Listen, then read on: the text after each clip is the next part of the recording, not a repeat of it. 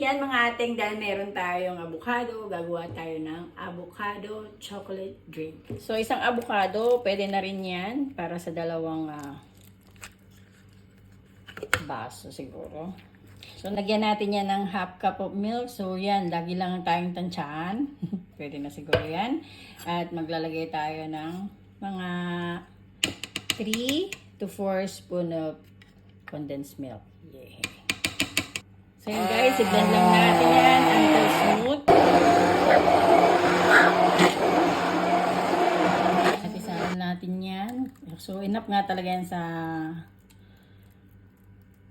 masyado malaking baso natin, pero kasi lalagyan pa natin yan ng ice. Lagyan natin yan ng ice. At lagyan natin yan ng evaporated sa ibabaw.